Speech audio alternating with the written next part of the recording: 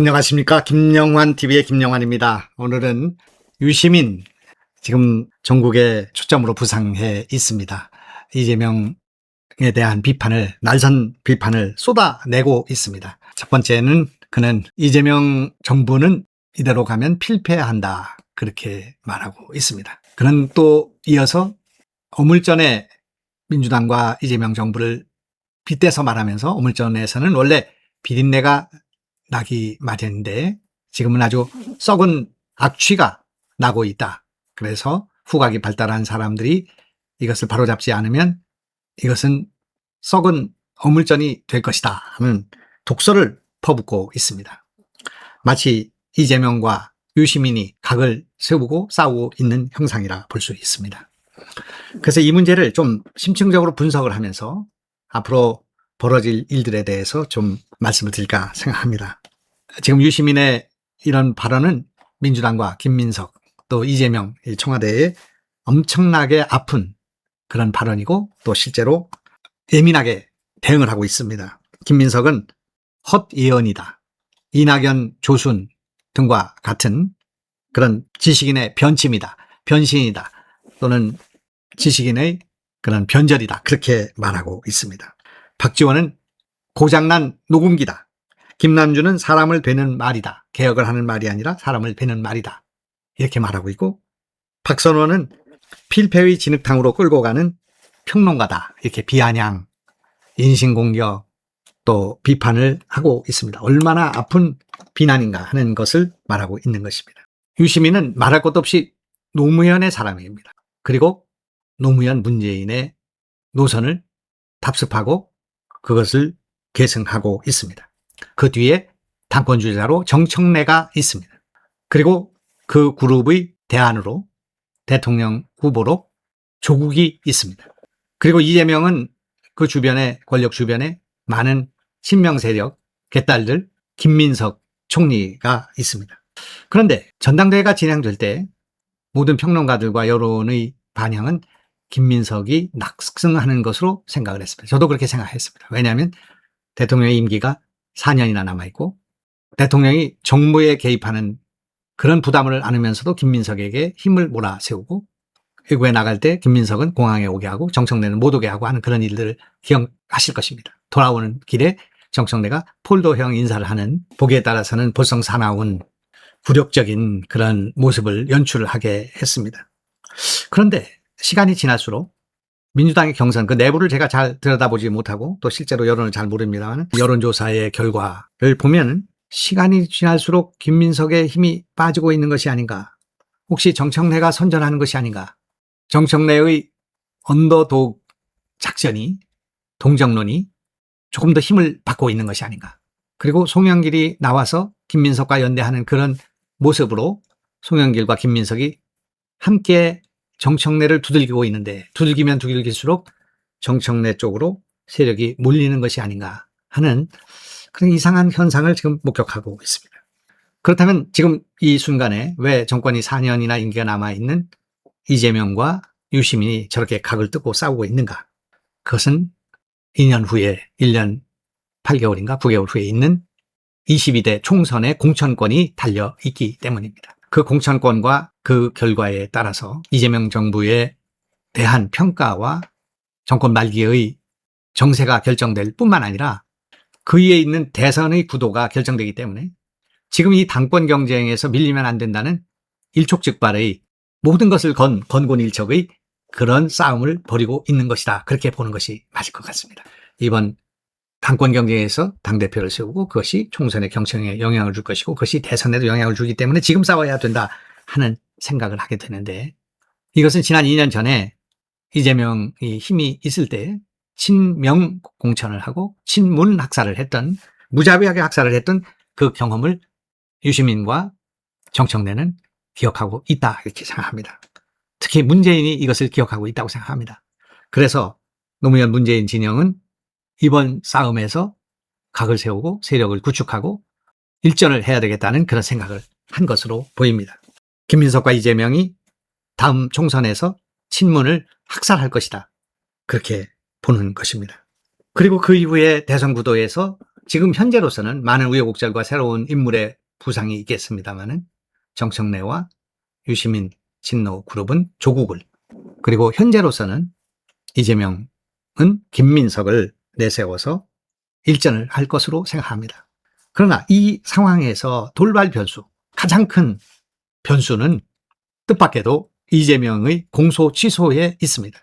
유시민이 필패할 것이라고 말하고, 유시민이 이길 수 있다고 생각하고, 유시민이 당권을 장악할 수 있다고 믿는 것 가운데 하나, 정청래가 믿는 것 가운데 하나, 그것은 천영처럼 원죄처럼 갖고 있는 이재명의 공소 취소 문제입니다. 그것과 연결되어 있는 것이 지금 현재 형사소송법과 관련된 그런 검수완박법, 소위 보안 수사권을 둘러싼 그런 삿바 싸움이라고 저는 생각합니다. 공소 취소 때문에 이재명 진영은 더 당권을 집착하게 되고, 더 서두르게 되고, 더 여기에 몰인해서 좀 덜 떨어진 그런 정책들을 투척하게 된다고 생각합니다. 그것이 AI 호남 몰빵론, 거기서 나왔다, 저는 그렇게 생각합니다.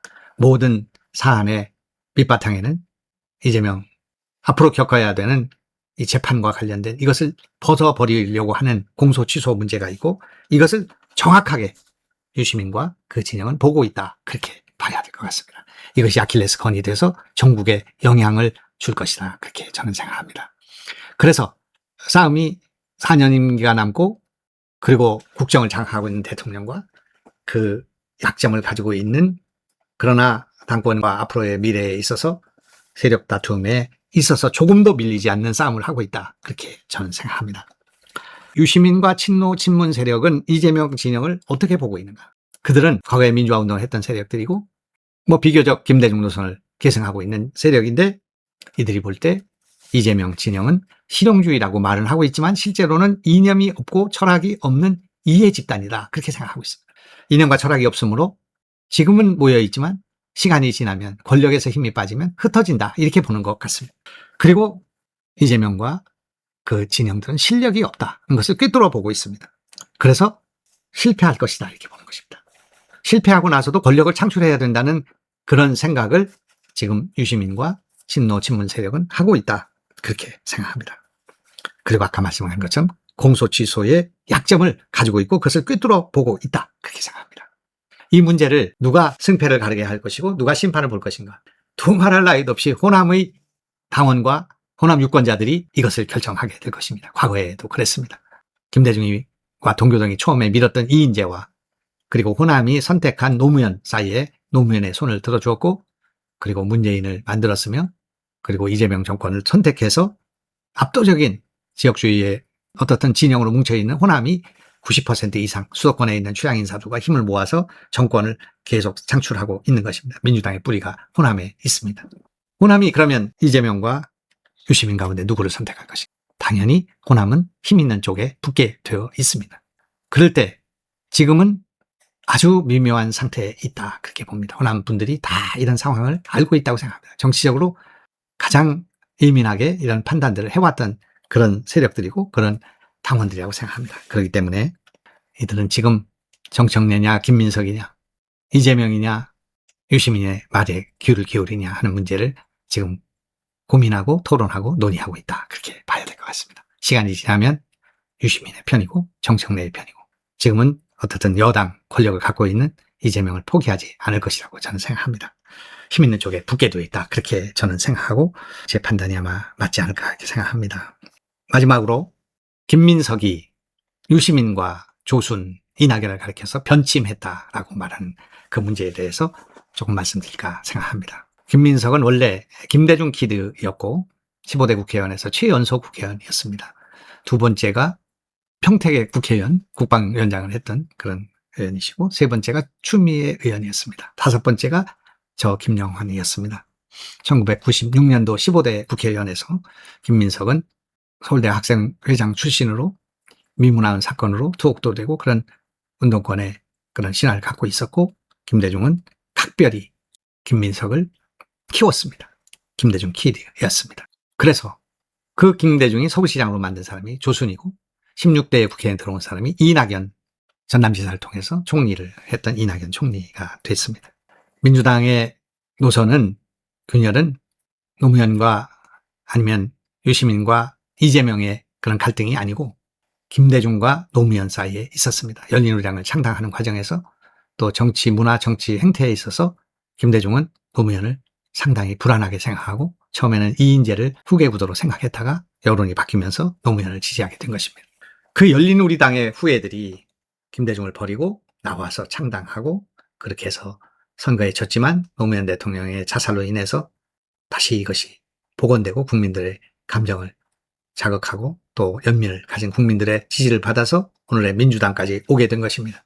정권을 잡을 때마다 많은 실수가 있었고 그리고 국민을 분열시키는 진영 논리와 계파 정치가 발현됐지만 지난 계엄으로 인해서 또 이재명 정권이 들어서게 되는 그런 일들이 벌어졌습니다. 김민석이 얘기하는 이낙연의 변침이 아니라 역사적으로 정치적으로 보면 이낙연은 김대중에 서 있는 것입니다. 김민석의 변침입니다. 그는 김대중이 가지고 있었던 정치 노선에서 변침한 것입니다. 누가 누구를 변침이라고 말할 수 있는가 하는 그런 말씀을 부가해서 드리겠습니다. 어떻든 지금 이렇게 이합집산이 이루어지고 있는 권력을 둘러싼 암투와 그 갈등은 결국은 민주당 안에서의 갈등이지만 그들은 다시 또 정권을 잡을 수 있다고 생각하고 있습니다. 국민의힘을 조롱하고 현재와 같은 선거체제, 사전투표를 하고 이런 방식으로 몰아가는 그런 선거 제도에도 문제가 있고 그리고 중국과 북한이 인접해 있는 이런 조건 속에서 이게 선거에 어떤 형태로든 영향을 주는 그런 구조를 갖고 있으며 호남이라는 단단한 기반을 가지고 있는 이런 세력 위에서 이것과 맞서 싸우는 국민의힘이 투쟁력과 단결이 부족하고 자기들은 판판이 이길 수 있다는 그런 생각을 자만을 갖고 있는 것 같습니다. 그래서 이런 일들이 지금 민주당에서 일어나고 있고 우리는 이 상황을 예의주시하면서 우리의 힘을 키워야 되는 때가 다가오고 있다. 그렇게 저는 생각합니다.